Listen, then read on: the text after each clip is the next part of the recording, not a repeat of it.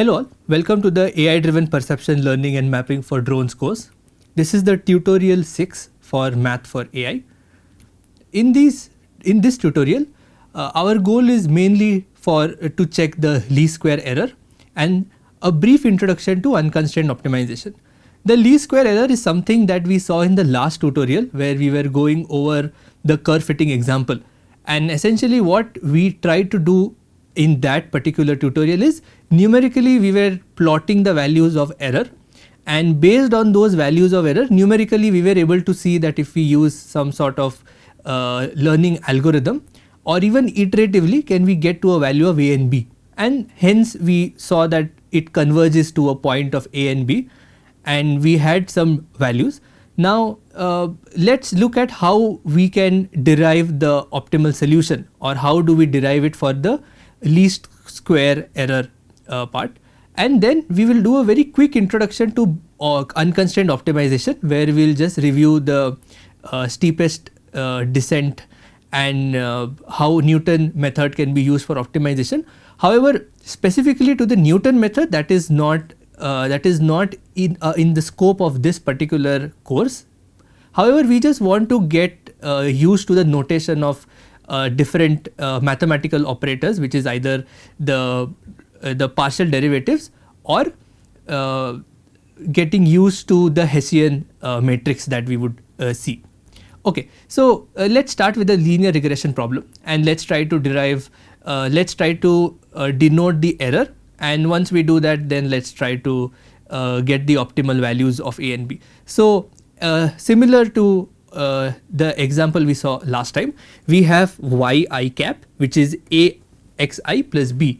Essentially xi is the input to this particular algorithm. A and b are essentially the slope and intercept, and they are essentially the learnable parameters. Yi is the predicted output. Now our goal, even if we look at the previous lecture, our goal was we were given a ground truth of yi, and our goal was to get yi cap as close to it as possible, essentially so that we can minimize the error that we have defined, right? So okay, now the vector form of this linear model, we'll try to write various steps of this vector form and how can we write it in a more efficient manner, right? Because as I changes from 1 to n, we would have consecutive values of yi. So yi cap can be given as y1 cap, y2 cap, so on till y1n cap, right?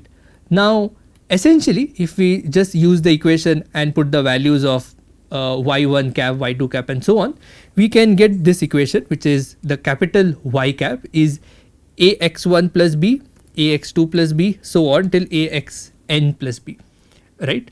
Now let's write it in a proper vector form, in a simpler form, right? So we can break it and write it as the first vector, which is x1, x2 till xn, and then the column of 1, and then the vector of A and B. Essentially what we are trying to do is we are trying to break the matrix into two forms, where we have one part which is the input and we have one part which is the learnable parameter, and essentially just trying to keep the learnable parameter aside, right? Now we can also write x as shown here. So capital X is highlighted by this matrix and theta is the learnable parameters, which is just A and B, right? Now we can write y cap, which is the predicted value of y, as x times theta. Theta is given as A and B. Okay. Now since we have written the vector form, so initially we started with a linear regression for each of the elements. Now we can write a proper vector form where y cap is equals to x theta. X is the input vector or the design matrix, whichever nomenclature is okay. Theta is essentially the parameter vector, or these are the learnable weights or parameters that we want to update, and y cap is the output prediction, right? Now essentially as we have been doing, we can define the error. So the error would actually be y minus y cap, where y is the ground truth right, and y cap is the output prediction. Now the total error can be defined as j of theta, where theta is essentially a and b. The error would be over all the elements of I. So the total error would be given as I is equals to 1 to n yi minus yi cap whole square, right. Essentially we are considering all the elements that are present, so I from 1 to n, and essentially the error of all of these elements with its corresponding ground truth. Now we can also write the vector form of the error. Now error j theta can be written as y minus x theta transpose times y minus x theta, right. So this is a representation in the vector form. So essentially we had a linear model and we tried to write a vector form for that, and now we have the error and we are trying to write a vector form for this, right.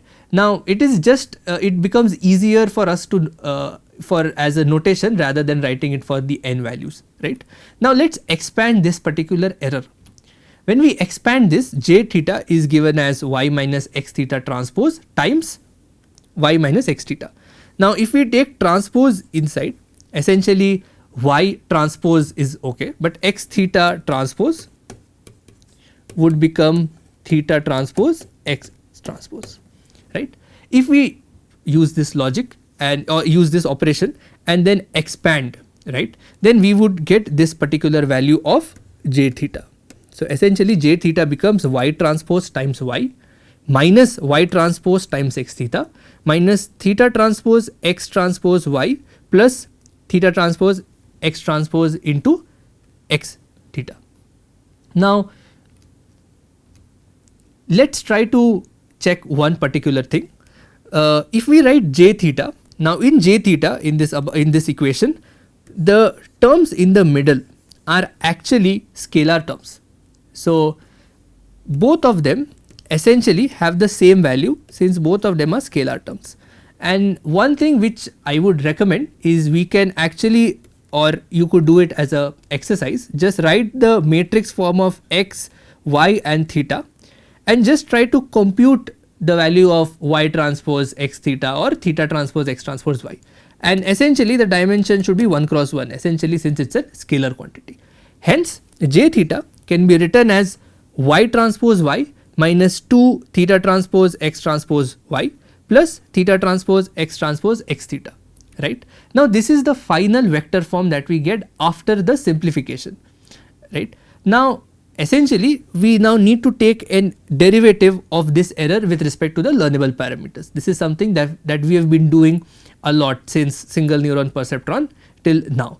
So dou j by dou theta is given as minus 2 x transpose y plus 2 x transpose x theta, right. So we have the derivative of the error. Now to get the most optimal values of theta, we just need to equate this to 0.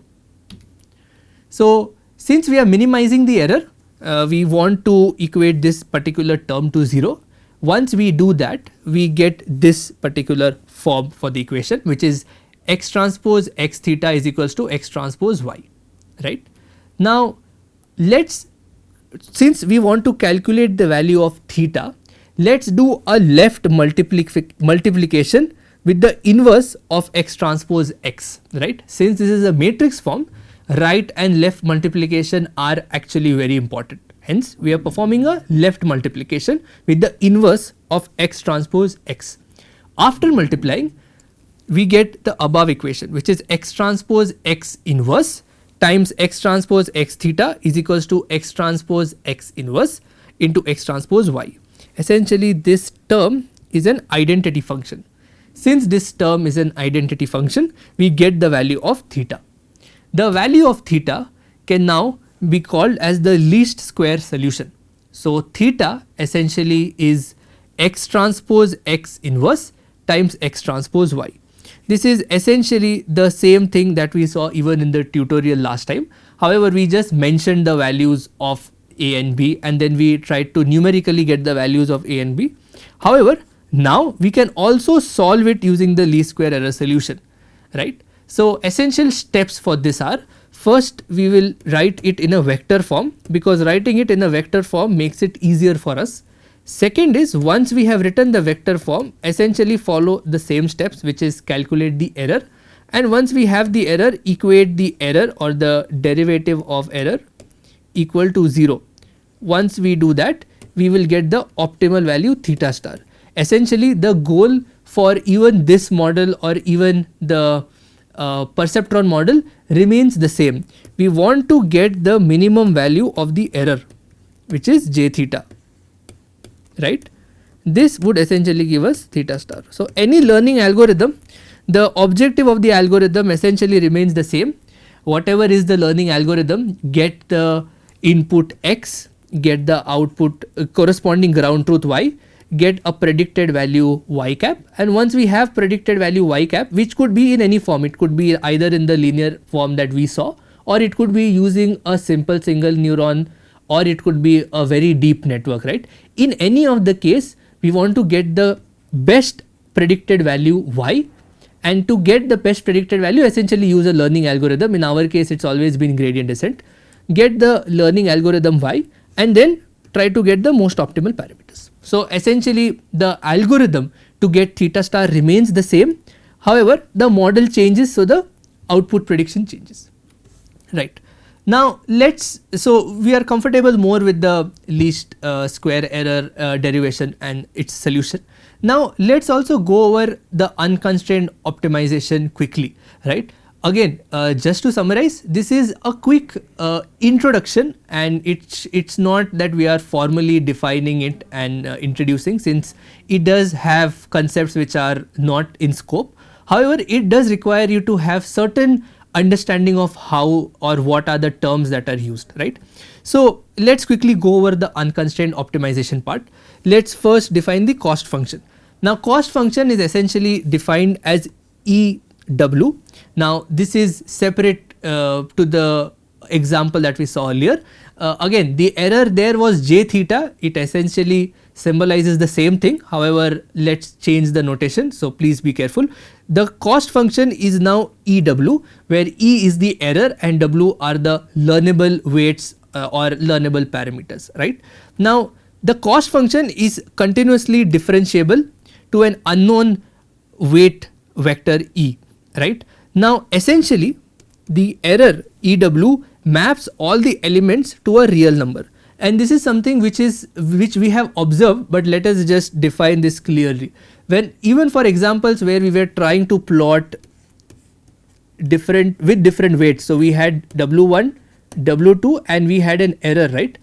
Essentially the value of the error for various weights was always a real number, because when you want to minimize something, you need to plot it on a real number line and see how to minimize it, right. So if it's a vector, it's hard to do it, because how do I measure decrease or increment in a vector? Do I consider its magnitude? Do I consider its angle? Do I consider the fact that it's a real number or a complex vector, right?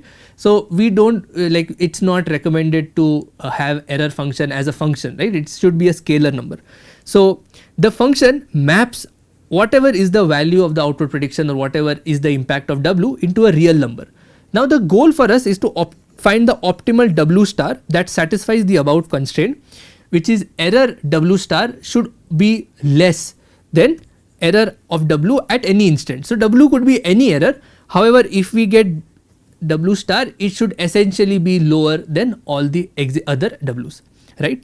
Now again, the goal is to minimize the cost function with respect to this W, right? And we are looking at this from the point of view of an optimization problem. We are not really looking at it as a point of training neural network model, right? Because essentially this could also mean that we always require a global minima, right? Not only a local minima, which happens with neural networks where it could be stuck in local minima. So we are looking at it from an optimization perspective, not with the perspective of training any particular model. Okay. Now the necessary condition for optimality is given as delta E, which is the derivative of error. The derivative of error at W star should actually be equal to 0. This is the necessary condition for optimality, and this is the condition that we keep using to get the most suitable values for W star. Okay. Now let's quickly look at the operators used. So delta is one of the gradient operators that we have been using. So delta is given as the derivative with respect to various weights. So in our examples we have been going and using two weights. So for our examples it has always been dou by dou w1, dou by dou w2. So it is essentially all the learnable weights. It could be 2, it could be m, right. Now the gradient of error of the cost function, which is delta EW, is observed here. This is also something we have been looking at since previous lectures. So dou E by dou W1, dou E by dou W2 till dou E by dou Wm, right. Now starting with the initial guess denoted as W0, and this is essentially just a random initialization. We want to generate vectors W1, W2 such that the cost function is reduced as each iteration, right. So the algorithm should be such that after each iteration it should essentially decrease, but essentially it would come to a point where it would stop decreasing and it would become an equal to, right. Okay. Now here Wn is the old weight vector and Wn plus 1 is the updated vector, updated value of the weights. Okay. Now let's take a look at the steepest descent algorithm. Now this is something we've been using, which is the gradient descent algorithm, but let's look at an example here, or just a formal introduction to steepest descent. So in steepest descent, the adjustment applied to the weight vector W are in the direction of the steepest descent. This is essentially in the direction opposite to the gradient vector. This is something we've been seeing from the tutorials as well, also from basic calculus tutorials that we saw last time. So the derivative, which is the derivative of error at W, is highlighted or denoted by G. Now accordingly the steepest descent is formally described as Wn plus 1, which is the newer weights, is essentially Wn minus eta times Wn, right, and essentially this delta Wn is highlighted by minus eta Gn, right.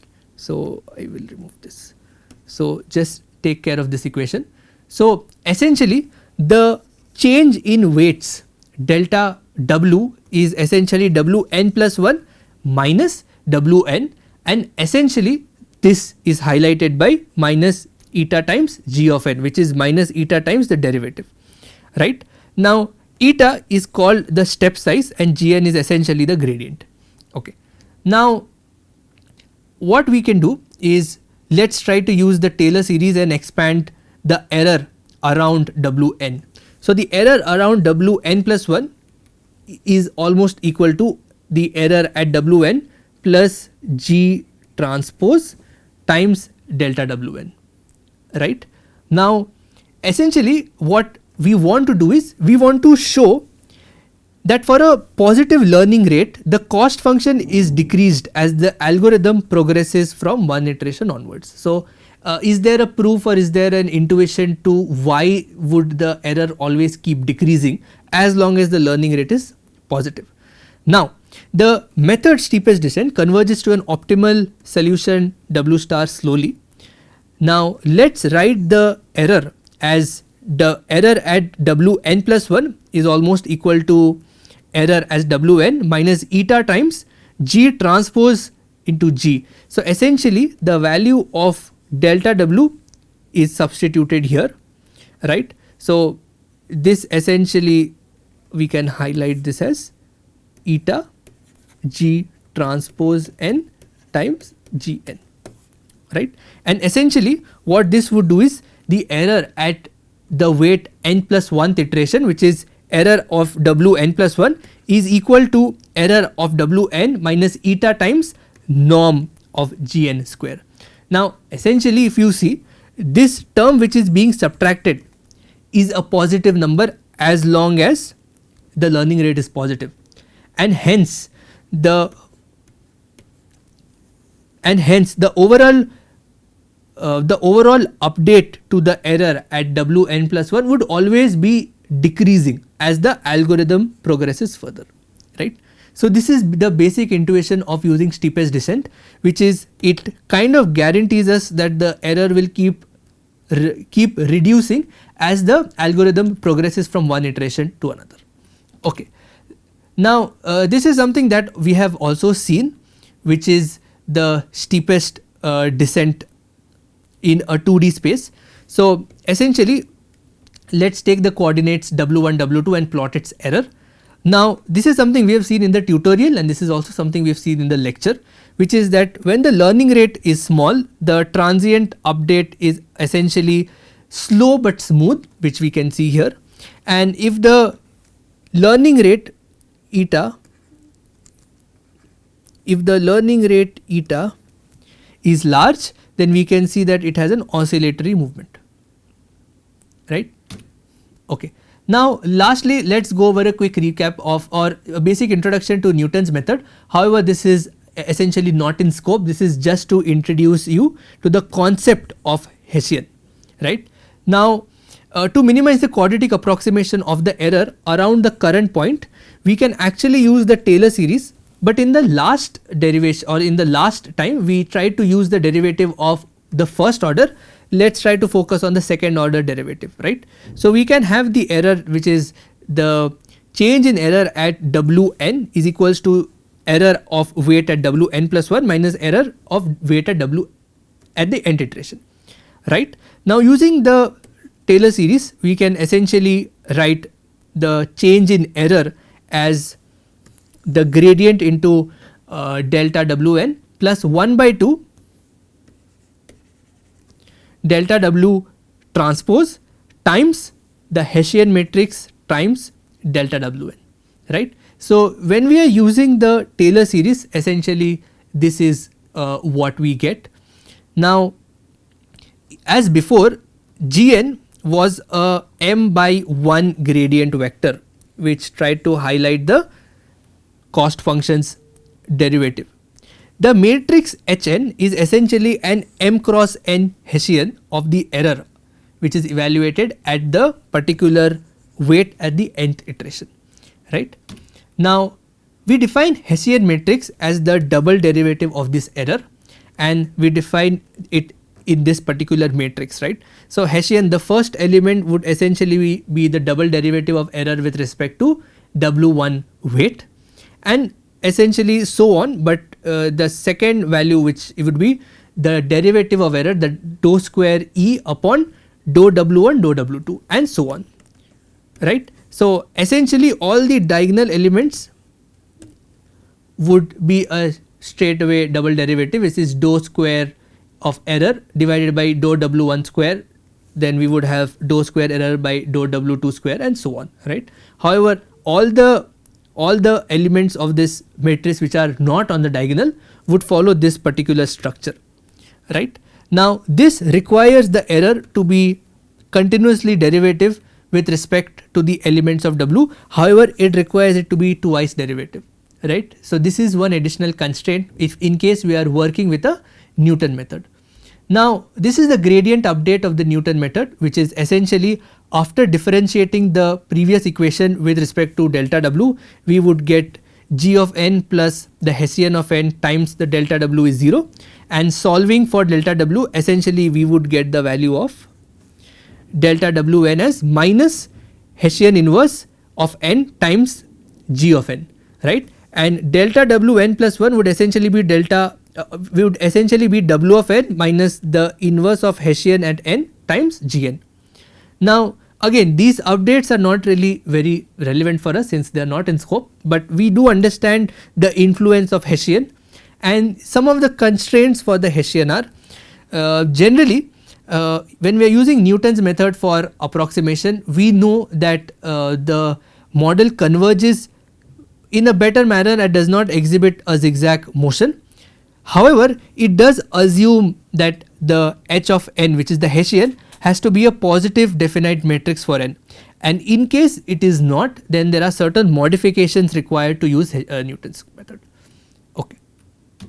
So to summarize, we essentially looked at the derivation of least square error, and this is essentially using the same algorithm we've been using throughout our previous lectures, which is trying to get the output prediction, trying to calculate the error, and once we have the error, then essentially trying to take the derivative of error is equal to 0 and get those values, right. So, we got the values of the learnable parameter in the case of the least square error. We also looked at the steepest descent algorithm, which is a brief introduction to this algorithm and how it converges at each iterative step, right. And finally, we got a basic introduction to the Newton method and a basic introduction to the Hessian matrix which is derived, which is essentially something used for like a proper or a hardcore optimization task. However, for us it is mostly as an introductory tool. Okay, thank you.